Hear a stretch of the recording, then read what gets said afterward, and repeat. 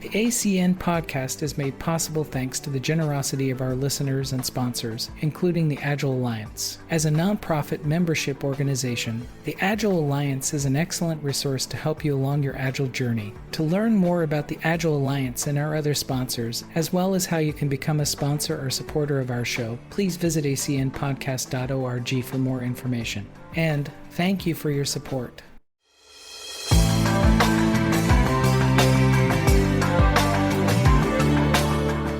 Good morning and good evening, everyone. This is the Agile Coaching Network. The Agile Coaching Network is brought to you by Agile Alliance. Agile Alliance, if you don't know who we are, we're a nonprofit organization that was established right after the Agile Manifesto was published way back when. We've been sort of the custodians for all things Agile over the years.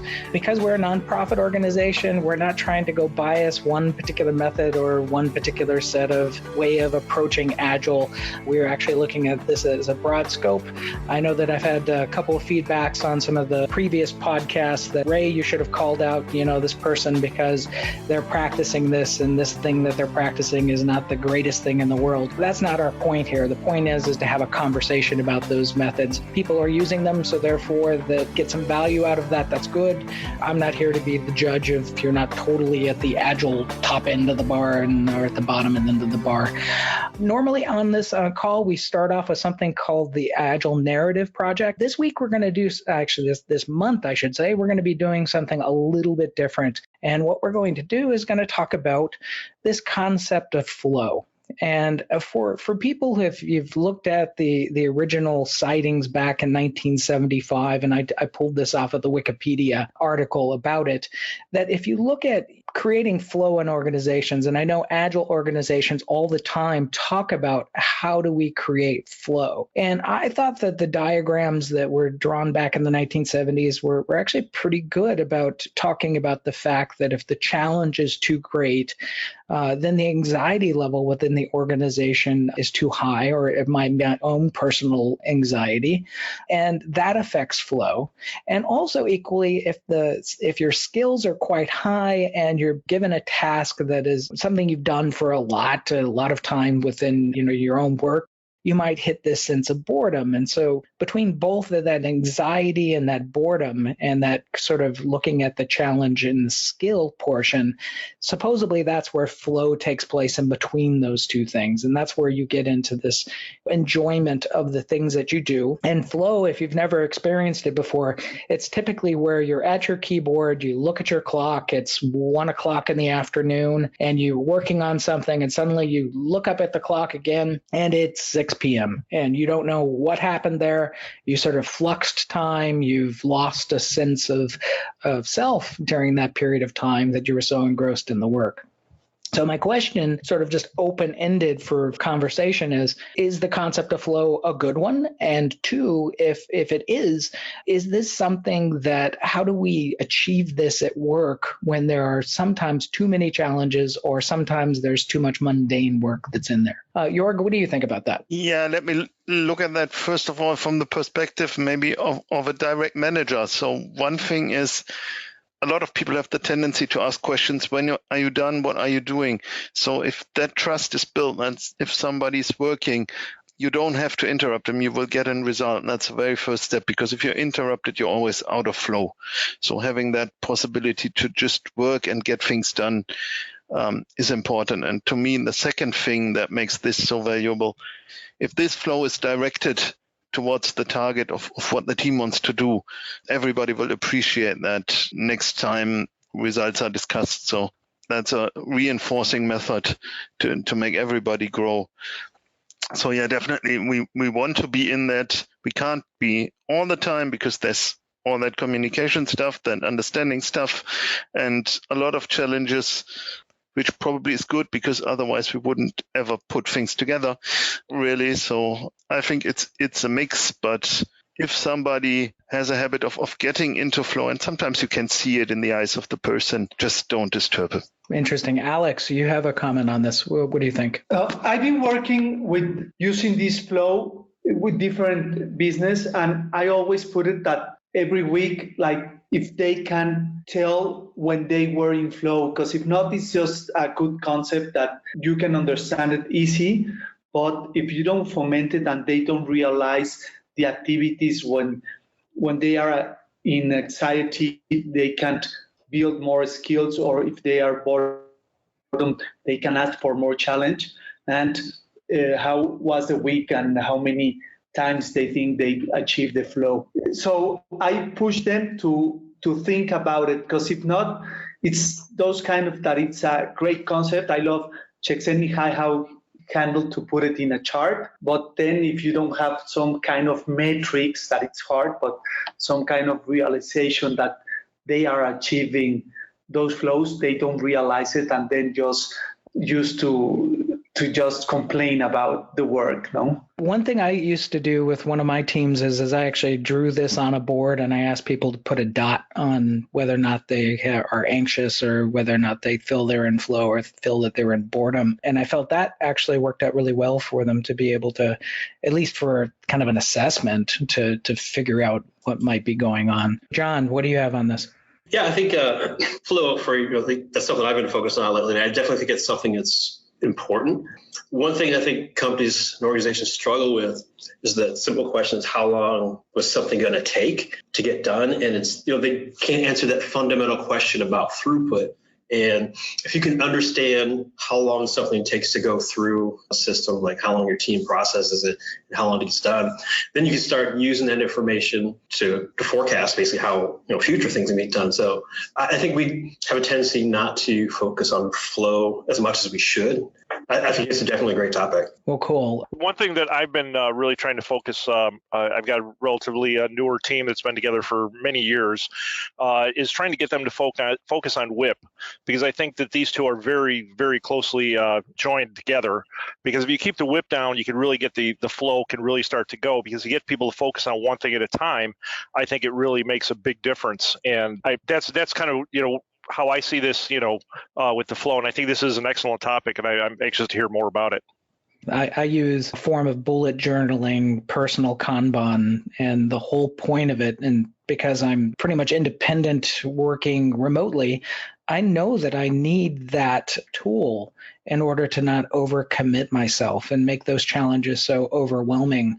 The other thing associated to it is, and I'm not sure how many people do this, is sometimes I wake up in the morning and I am not fully 100%. And I think there's sort of this concept of when we sprint, when we do iterations and all this other stuff, is that the team is all 100% healthy, both physically and mentally, and we're ready to go every single time.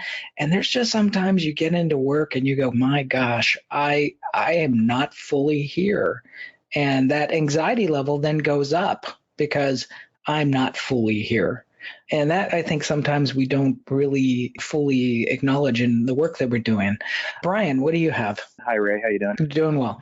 So one of the challenges that I've had with this, and when applying it to some of the teams that I've coached, is when you break down on like how this works in team dynamics, is the responsibility for creating an environment where flow can happen, is that fall to like a manager / scrum master who's protecting the team from outside influences, or is it part of self-organization, where the individual team members should be familiar with flow? I'm sure it's not. I'm sure it's somewhere in the middle, but that's trying to describe that to people is where I've always had a challenge. Would you say when we talk about self-organization, that's not an individual task, right? That's a team effort, right? I think it's both. I think that you've got to be, you've certainly got to be aware of, as an individual, what works best for you and how you can best input and output from your team. But then, you also have to be able to collaborate at the team level to, make sure everything is working well for everybody. Yeah. And the reason why I bring that up is sometimes when I overcommit myself, sometimes I don't realize it. And where others are looking at me and going, you're not a super person, right? You should probably back off on that just a bit. And I know that frequently that sort of the own your own career versus do we all help everyone else in their careers? That's a tough thing. The flow being used here was, I think the book was Psychology of Flow, and that was referring to like a single individual being in a state of flow or not. And it wasn't necessarily connected to explicitly kind of what flow means in lean. Right. And so I was kind of trying to figure out if, when you're showing these diagrams here and talking about this, are you talking about applying this concept of what was originally individual, psychological state of flow to a team or even a pair that's doing like pair programming? Well, there's a number of coaches who've been pulling up this chart and talking about it both in the individual context and then also a teaming concept as well. So I wanted to just bring it in as a discussion of one thing, just as a conscious choice. Do we believe that this chart is good? And if we do believe it's good, how we can potentially apply it. Yeah, because if I'm talking about what a team's doing on a particular day, it can be difficult unless you all come together and you might give your impressions as part of the daily stand-up.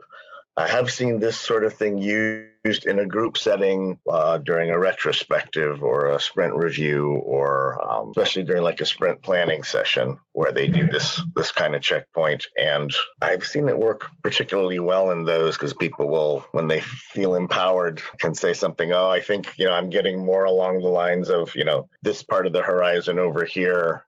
Should we, take a brief break, or, what do we need to move back to this area?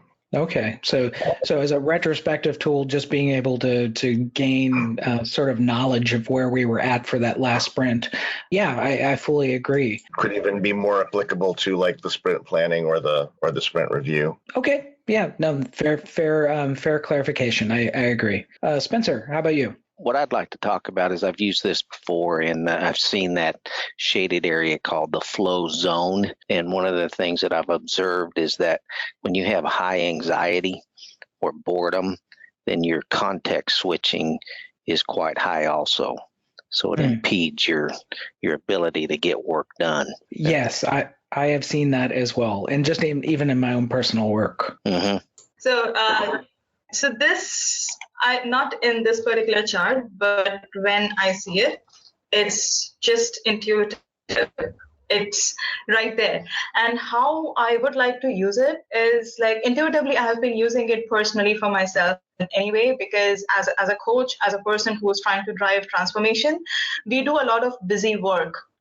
And it's important for us to feel the flow as well, whether you are coaching the teams, whether you're talking to the stakeholders, whether you are trying to get something done, you have to feel the flow as well, right? So it's important at a personal level to realize that at least every day or at least every other day, you figure out whatever is your level of flow right now, and you continuously try to improve on it. But if you're not feeling the flow, you probably have to make some major shifts to make sure that you are feeling it. At the same time, at the team level, it's important to identify whether or not the team is able to find the flow. And if not, what is it that we need to do to make the tweaks? Either it is too easy work, or it is not enough challenge, or maybe the system or the organization surrounding the team is just so messed up that they can't feel the enjoyment or the boredom, or it's just not getting into the flow zone. So it may be something that we can use to identify the challenges that team is facing so that we can resolve the issues around the teams and get going from there. Fully agree on all of those points. Alex, did you have another thing to add? I do like a checkpoint every week with the team, and they seems to like to comment about if the week was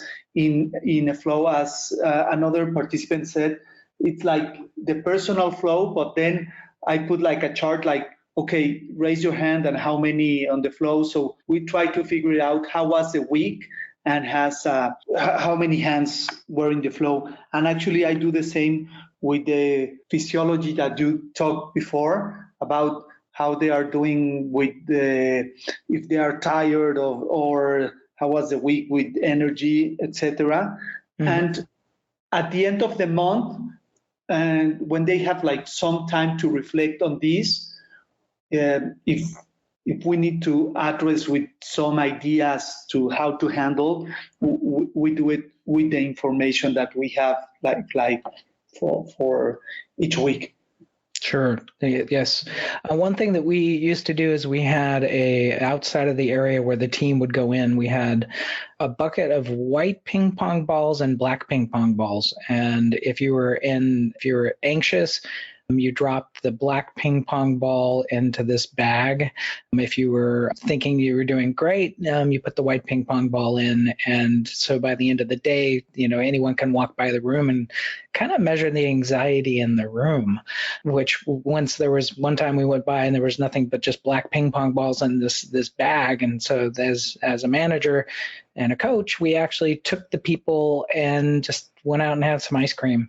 I had a question. I notice that there are times during the stand-up when it seems like we're getting into flow, but we're also getting off topic. So I think that's an example of where, the team's desire for flow is also conflicting with the desire to get through an agenda in a timely manner. I think that's one of the interesting wrestling matches we have in this industry, is just trying to figure out how do we redirect the flow without stopping it. Right. So your point is that sometimes we go down sort of the bunny trail of where some technical problem's taking us, and it just opens up a big can of other things. Yeah. And so, I think it's one of the things that I've always enjoyed about the Agile processes is that continuing reassessing and figuring out where the flow is, where the direction of progress is, and trying to keep us focused, even though, you can see the flow happening in the conversation between the developers. It's like a little part of me is killing myself for doing this, but there's a greater good there. So. Yeah, and I think one of the hard parts is that, I think, and it's not on this graph, is that whole concept of just being able to create flow, and I'll add the other word of focus. And sometimes we just need the focus of what we're working on right now. Those other topics, yes, they're important, but having a parking lot where you can go put them onto and being able to say that I'm not going to diminish the value of what you just said, but it just happens to not be the topic that we're working on right now. And let's kind of shift and not deal with that particular thing right at this point. Oh, sure. And I want to start encouraging people that if we do wind up tabling topics, let's write it down on the whiteboard. Let's write it down on a sticky note so we don't forget it. It's not that I don't want to talk about it. I just can't talk about it right now. Yeah, fully agree. I think we should probably switch over to the main topics. And Ray, before you switch, allow me to add something to your comment about not always being at your best. I think in the best possible world, that's just something you share with the other parts of the team, and they're probably going to help you, which says, that day, I don't need to be in flow. I don't need to be my best. I still can work with the team. And that normally re-energizes. And then you are in a good position to restart next day fresh and without the bad feeling of having been not perfect last day. Well, to be vulnerable like that, there has to be a high degree of trust that's going on within the team. And I think the problem that certain organizations have with stack ranking systems and that we measure everyone annually as an individual without aspects of the team, you might get the case of certain people not wanting to say that they had something going on. I remember I had one employee a long time back who had a family member that was dealing with cancer. And unfortunately, one, they didn't want to actually share that with the rest of the group. And it made it a bind because the people in the stand-up were saying this person's not doing their job. And reality is they had this big distracting thing going on in the background. I think honestly, the flow is good, but at the same time in Agile, we try to get everyone in the team as a team to get into the flow with T-shaped skills, with people like Mycone has this article about professional programmers versus amateur programmers, where professional programmers are willing to go do some testing and helping other areas. So I think building that culture that when I'm a developer and I'm helping with testing, it's not something that comes out of my skill that bores me. Or the example that I think Kathy mentioned, the stand-up. When I'm in the stand-up, I'm trying to commit with my team members. I'm hearing other people's what they're saying. I'm still too excited. And the reason is the stand up and it's very short is just that, because you want to be focused, but as a team, not just individuals. So I think that's something that in Agile we try to get people from outside of their individual flow and get them with a team in a team flow maybe. Sure. I agree with that. And I think some of the suggestions on the retrospective and doing those in different times of measurement, I think helps out quite a bit. I'm going to go ahead and pivot to the main questions. And the top one up here is how to measure coaching effectiveness. How do we measure this, how effective a coach is? Jorg, do you have any suggestions on how do we measure the effectiveness of a coach? Yeah, one thing that I like is definitely seeing whether he makes an impact on the team, because that's obviously what he's there for. Good thing is to see the level of impediments that the team has to raise versus what they can deal with themselves. So if that complexity increases, so only the complex ones get raised higher, then obviously the team is empowered. Another one would be a kind of happiness index. Do you like to come to work? Do you feel that you're doing meaningful work? If you ask those questions on a regular basis and you see a positive development, obviously something in the mood is good. Next thing is, do you deliver more to your customer? Simply measure that. It's not only the coach, always his impact to the team. In my opinion, it's not really possible to measure him without the team. If he can't connect to the team, he can be perfect in what he's doing. He's not making the right impact. Okay.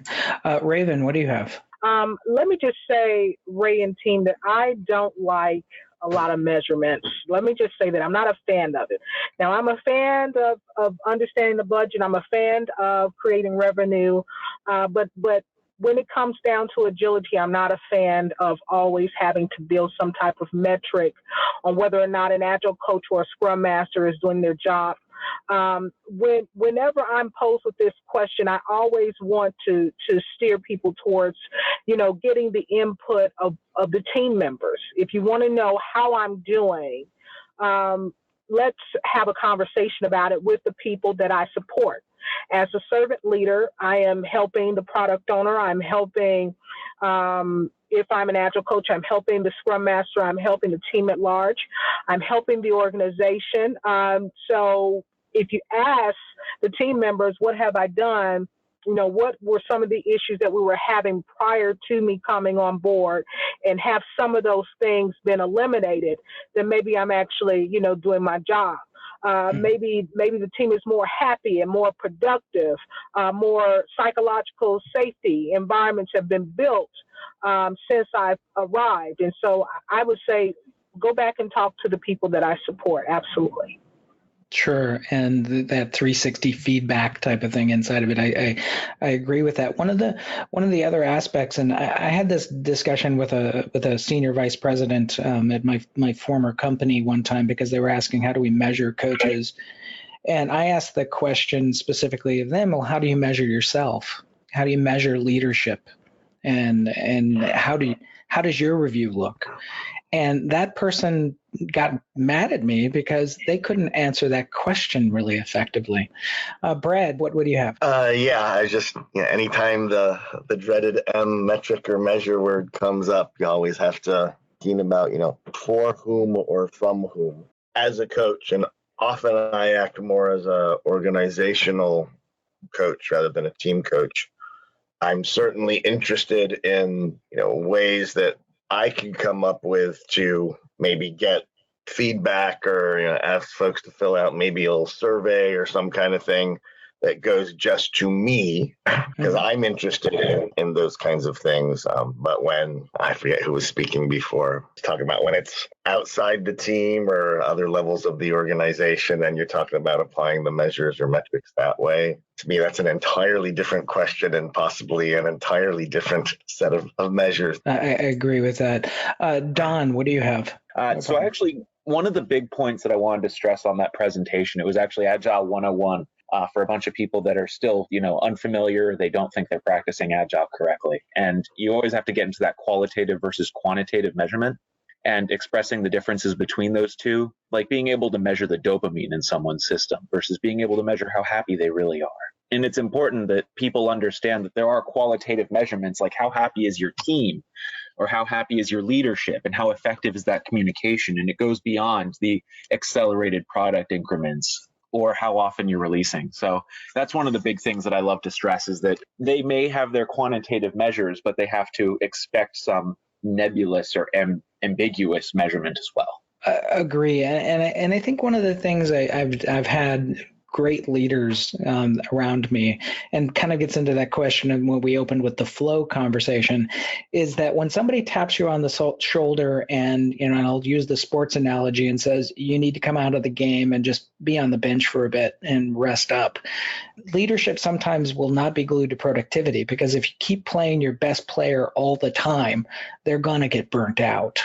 And we don't want that. I think one of the really important things when it comes to metrics, especially when you're early on in your coaching engagement, you might not be making the team happy, and you might not be increasing productivity. I mean, you're often going to be operating as a change agent in the organization, and any change has a period of chaos, just a dip in productivity and happiness before they come to a new normal. So I think using metrics and just having a high degree of transparency, saying, look, we're going to be introducing these things that are not, it's not going to make you happy in the short term. It's like going to the gym. You're going to be sore the next day, but if you keep doing it for a week, you're going to be happy in the long term. I just think that's an important part of it, is you've got to be transparent and communicate that this is a process. Yes. One thing that, at least from my experience, that I have tried many times with many teams, that I'm just starting with when coaching one team is with a simple question inspired by Marshall Goldsmith, that it is what you would like to get better. So during the course and also at the end, we have some checkpoints during the way that they're working together. And at the end, we are discussing and we just find out whether they become better based on their initial thoughts. Right. And also one thing that it is one model that I'm using currently is that based on it is called high performance team coaching. I can share the link. There is an interesting book on that area, and there is a specific way or structure, let's say a method that you can use and coach teams and see how they're doing. And actually what it is measuring is exactly their engagement, their personal engagement, their relationship as a team members, and also their outputs, their quality outputs. I've been hearing this, and actually this seems to be a very interesting topic because it comes up in almost all the conferences that I go, any place that I go, and there's discussion about this.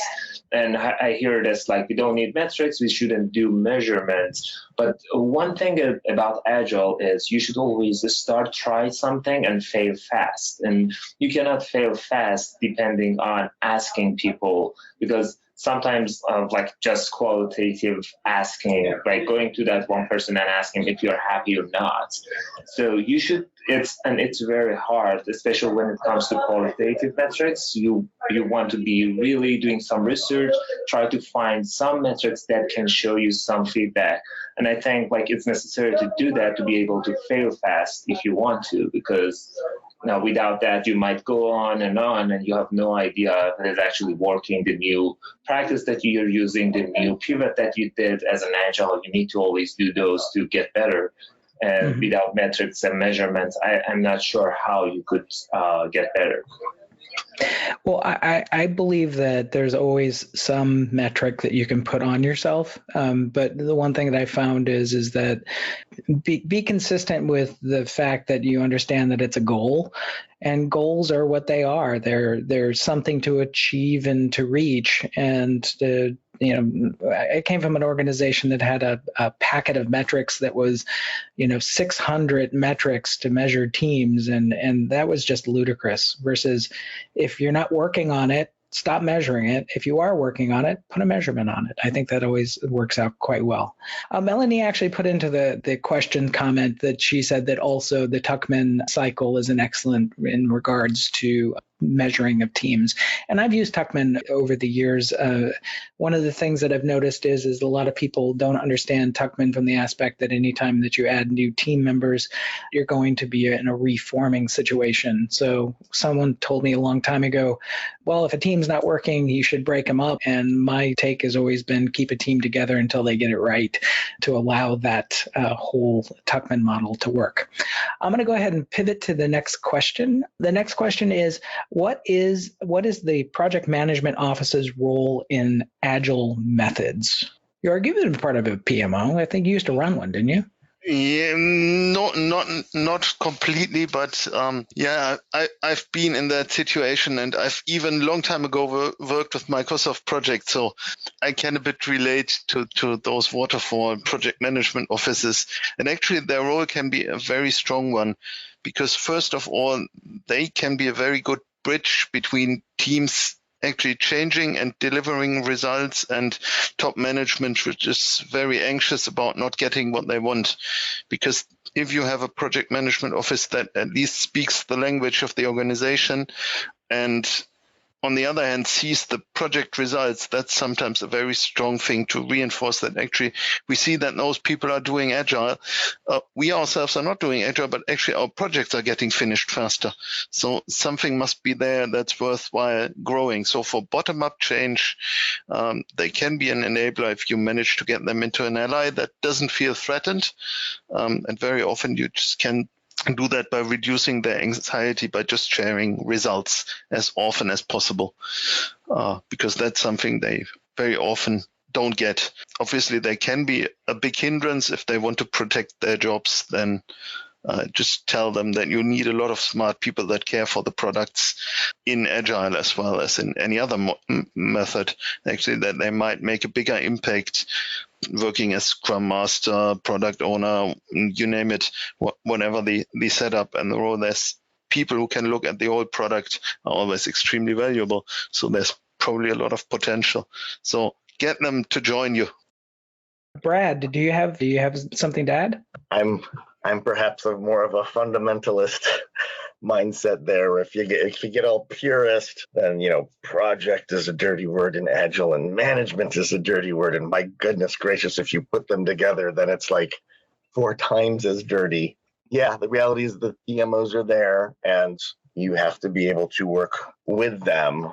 Ideally, in my opinion, the role of the PMO is to transition into something different that focuses more on products over projects and more on value and flow, and ideally come up with a different name to represent that focus.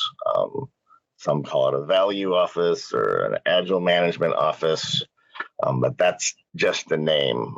The ideal role is that they transition more into the right mindset that is likely very different from what they would have had before, and that there's breaking down of silos there, and people are part of whatever that new office is, if it still uses the term office, that weren't necessarily associated strictly with project management before. There needs to be some bit of cross-functionality going on there as well. But in the meantime, until you get there, you have to involve them. Sometimes they may be the ones initially in charge of trying to do some kind of rollout of Agile, in which case it can be very difficult to get that to happen. The role is definitely not zero, even though some might like it to be, and they need help transitioning to the right mindset and the management style and leadership style, being cross-functional and T-shaped and all of that, just like the rest of us. I agree with you on that. I think that the project management offices play an important role. I think that in the very first stage, it is Agile only sometimes goes so far up in an organization and they become good translators back to the business. But I think at a certain point that they have to stop being the translators and being Agile themselves as well becomes incredibly important. Nicholas, you've had your hand up for a little bit. What do you have? Hi, yes.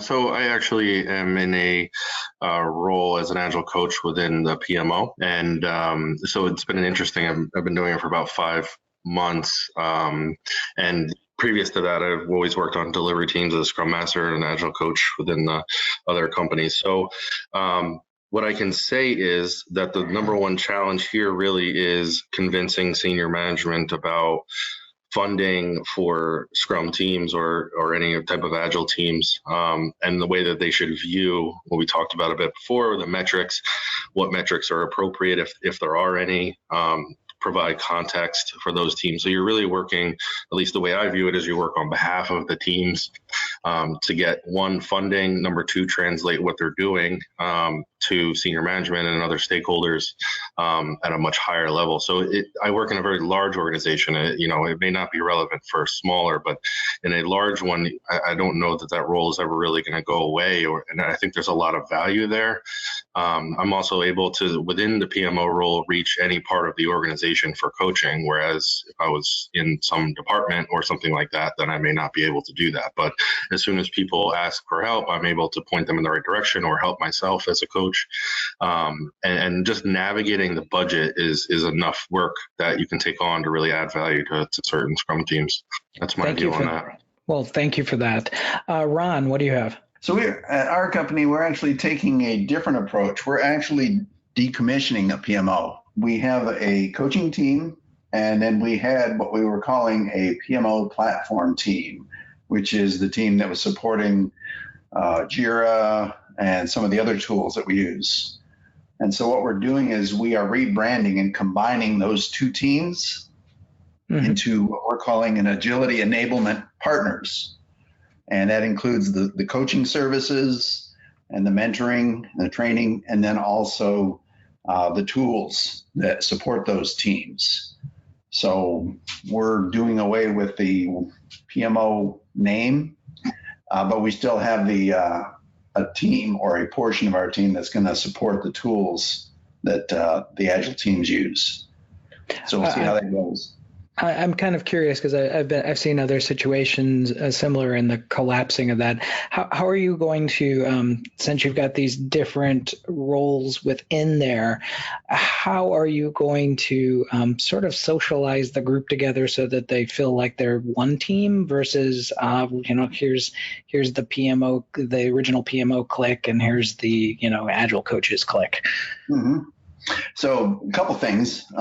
First of all, we're going to, we're launching this new brand, we're going to be sending out communications across all the organization there so they're aware of this change.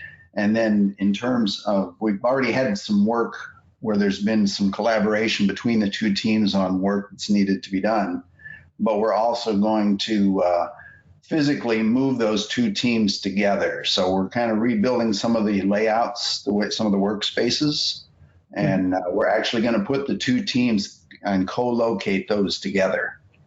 That's good, and I think just the close proximity and sharing some of the social events together, I think always aids in creating a team together.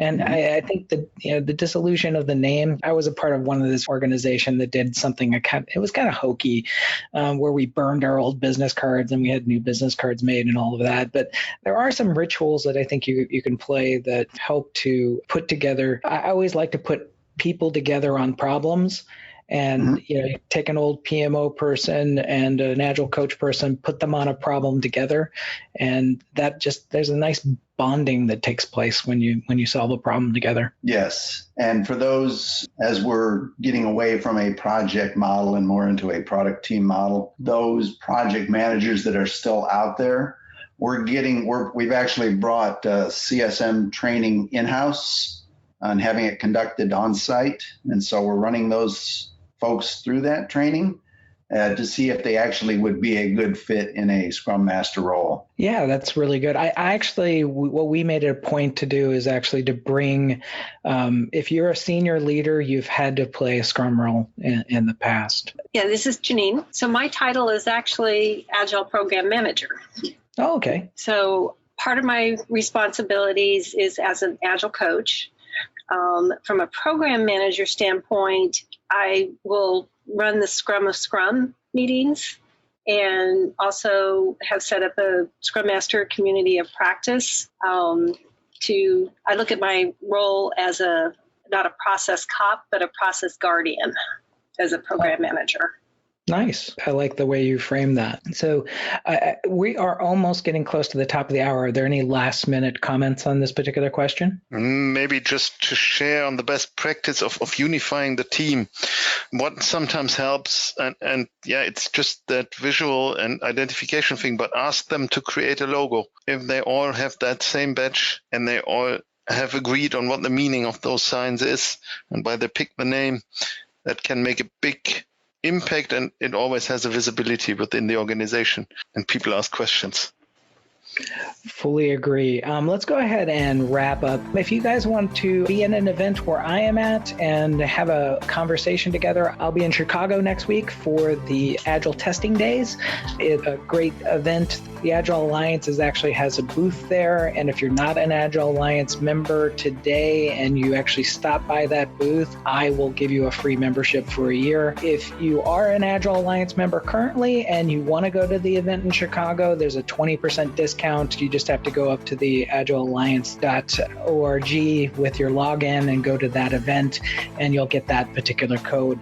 Also, just if you're going to go to Agile 2019, I just saw the status on that, and oh my goodness, we're selling out. It looks like it's going to be a big year. Thank you for all who's already signed up. I know that we're starting to get into some of the overflow hotels that are around the area.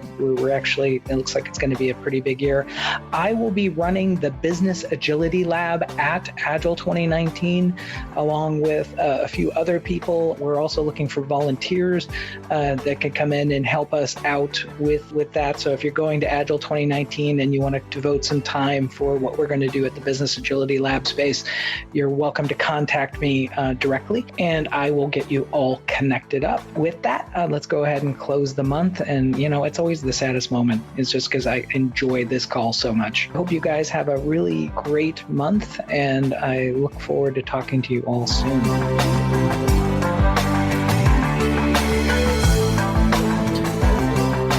This podcast is provided by the Agile Alliance for educational and informative purposes only. To find out more information about the member-supported Agile Alliance, please go to agilealliance.org to find out about more upcoming events, as well as different programs that are available to help you with your Agile journey.